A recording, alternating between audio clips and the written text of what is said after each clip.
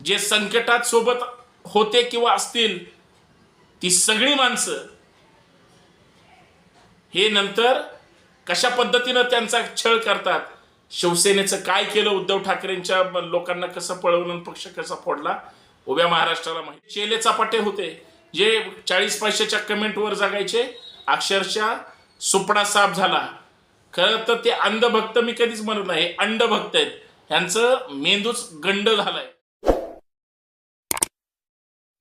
अबकी बार 400 पार, अबकी बार 400 पार म्हणून जे 90 दिवस बोंबलत होते त्या सगळ्यांचा आता बोलण्याचा, पाहण्याचा किंवा दाखवण्याचा सुद्धा रंग बदलला. म्हणजे एवढी वाईट गोष्ट आहे की इंडिया आघाडीने सत्ताधाऱ्यांची संपूर्ण म्हणजे अवकातच दाखवली म्हणा. ती अवकात सर्वसामान्य मतदारांनी दाखवली. आणि जी हुकुमशाही होती ती कशा पद्धतीनं बरोबर नेस्तनाबूत करून टाकली. आणि अहंकाराचा बुरुज ज्या पद्धतीनं ढासळला गेला. तुम्हाला आठवत असेल या देशाचे प्रधानमंत्री सन्मान्य नरेंद्र मोदी साहेब, अबकी बार मोदी सरकार, अबकी बार मोदी सरकार, तुम्ही जे काही मत द्याल ते थेट मोदीला जाईल अशा पद्धतीची भाषा करत होते. आणि 400 पार तर सोडावं, 293 वरच ह्यांची गाडी अडकली. आणि आता बहुमताचा आकडा स्वतःच्या पक्षाने क्रॉस करू शकले नाहीत म्हणून अचानक रंग बदलला. आजपर्यंत मोदी मोदी किंवा भाजप भाजप म्हणून जे बॅनर सगळे दिसायचे, आत्ता जी विजयी सभा किंवा जे काही त्यांचं देशाला उद्देशून भाषण झालं तिथं अचानक NDA त्यांचं जे गठबंधन आहे त्याचं बॅनर लागलं, त्याचं नाव आलं. अचानक कसं काय झालं? कारण आता नितीश कुमारांची गरज आहे, नितीश कुमारांचं नाव घेतलं. आता चंद्रबाबू नायडूंची गरज आहे, चंद्रबाबू नायडूंचं नाव घेतलं. अरे सरड्यापेक्षा तुमची स्पीड इतकी भयानक आहे, इतक्या स्पीडमध्ये रंग बदलता.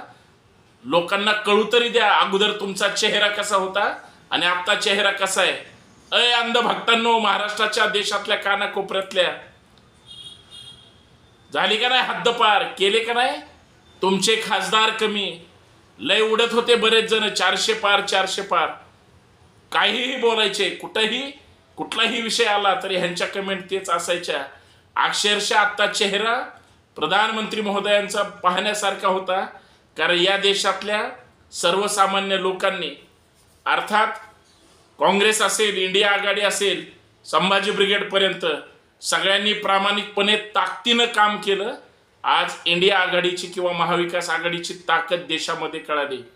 महाराष्ट्रात तर अक्षरशः सत्ताधाऱ्यांचा म्हणजे दुकानच बंद करण्याचं त्या ठिकाणी काम केलं.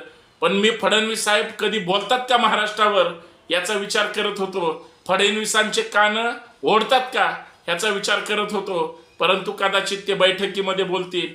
सगळ्यात वाईट गोष्ट आहे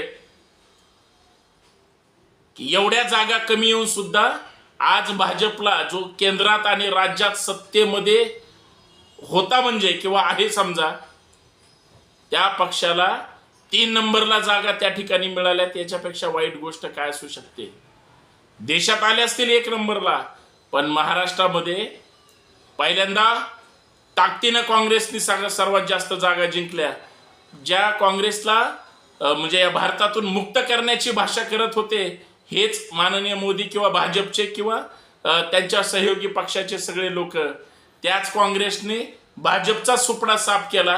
ही साधी गोष्ट नाही. पुण्यातले लोक सरंजाम होते काँग्रेसचे, कुणाला विश्वास घेतला नाही म्हणून धंगेकरला काँग्रेसने ठरवून पाडलं. अन्यथा पुण्यामध्ये सुद्धा वेगळं चित्र दिसलं असतं. हे नाकारून चालणार नाही. पण हे संघी सरडे असा रंग बदलतात, अशी भूमिका बदलतात. अहो यांना कधी महागाईबद्दल काही वाटलं नाही, बेरोजगारीबद्दल काही वाटलं नाही. अहो ह्यांनी घरगुती सगळं किराणा तर भागवलाच, पण शेतकऱ्यांचे खतं बिबियाणे सुद्धा महाग करून टाकले. सगळ्यांना GST लावला. शेतकऱ्यांच्या आंदोलनाचं काय झालं? बेरोजगारांना रोजगाराचं तर सोडा, परंतु त्यांचं जगणं मरणं सुद्धा मुश्किल करून टाकलं. हिथून तिथून सरसगट अख्खा देश एवढा मेटाकुटीला आलेला आहे, पण लोक बोलू शकले नाहीत, बोलत नाहीत म्हणून मतदानातून दाखवून दिलं. तरी सुद्धा घासून मतदान होतंय. ज्यांना ज्यांना 1.5 लाख 2 लाख 5 लाखाच्या ज्यांच्या अपेक्षा होत्या 150 आणून ठेवलेत. ही ह्यांची पात्रता आहे. 48 मतांनी ते रवींद्र वायकर भ्रष्टाचाराचा महामेरू हे निवडून आलेत. ही अवस्था करून टाकले. पण उद्धव ठाकरे असतील, शरद पवार असतील, नाना पटोले असतील किंवा बाळासाहेब थोरात असतील, म्हणजे 2-2 पक्ष महाराष्ट्रातले सोडाच्या राजकारणामध्ये फोडले. आणि आज पर्यंत हे ज्या पद्धतीनं म्हणजे भाजप हर हर मोदी घर घर मोदी म्हणायचे, आता त्यांना NDA म्हणावं लागतंय. हा मोदींचा पराभव आहे, हे राजकीय वस्त्रहरण आहे. आणि कदाचित उद्या इंडिया आघाडीनं जर ठरवलं आणि नितीश कुमार असतील किंवा चंद्रबाबू नायडू असतील, ह्या नेत्यांनी भाजपची जर साथ सोडली, काहीही होऊ शकतं. जर साथ सोडली तर या देशाचा प्रधानमंत्री राहुल गांधी होऊ शकतात, हे विसरून चालणार नाही. परंतु पडद्यामागं भाजप आणि प्रधानमंत्री महोदयांचे जे काही मोठे मोठे आता षडयंत्र चालू असतील, हे उभ्या महाराष्ट्राला आणि देशाला माहिती आहेत. पण मित्रांनो, काही का असेना अंधभक्तांचं थोबाड बंद झालं. काही का असेना अंधभक्तांचे जे चेले चपाटे होते, जे 40 पैशाच्या कमेंटवर जगायचे, अक्षरशः सुपडा साफ झाला. खरं तर ते अंधभक्त मी कधीच म्हणत नाही, अंधभक्त आहेत. ह्यांचं मेंदूच गंड झालाय अशा अवस्थेनं. म्हणजे ही अवस्था ह्या सगळ्यांना त्यांची जागा दाखवून दिली. जे जे फार हवेत उडत होते, असं वाटत होतं, त्या बावनकुळे साहेब तर म्हणायचे 45च काय 47 जागा आमच्या असतील. 48 म्हणायला सुद्धा मागं पुढं करत नव्हते. त्यांच्या ज्या जागा नारायण राणेंच्या किंवा अजून, हे सगळे पैशाचा महापूर त्या ठिकाणी करून निवडून आलेत. रायगडची जागा असेल किंवा ते रत्नागिरी सिंधुदुर्गची असेल. लोकांना विकत घेऊन तुमच्यात कर्तृत्व नाही म्हणून तुम्ही विकत घेऊ शकता, हे सगळ्यांना माहिती आहे. ते तसंच होणार होतं. पण शेवटी प्रामाणिकपणाचा, प्रामाणिक लोकांच्या, प्रामाणिक कर्तृत्वाचा आणि सर्वसामान्य प्रामाणिक जनतेच्याच विचारांचा विजय होतो. तोच विजय झालेला आहे असं म्हणायला हरकतच नाही.